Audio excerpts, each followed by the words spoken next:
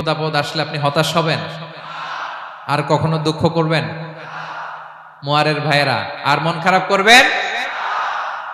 আপনি খেয়াল করে দেখেন, বিপদ আসলে আমরা আল্লাহরে ডাকি বেশি।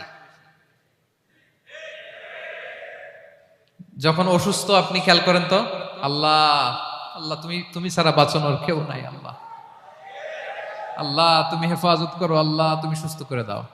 যখন লাইফ থ্রেট, দেখেন আপনি গুম হয়ে যেতে পারেন, আপনার কারাবন্দি করতে পারে, এরকম একটা বিপদের মধ্যে আছেন, তখন খেয়াল করেন তো আল্লাহর সাথে আপনার কানেক্টিভিটি, রিলেশনশিপটা কতটা ডেভেলপ হয়। কারণ বিপদে পড়লে আমরা আল্লাহরে ডাকি বেশি।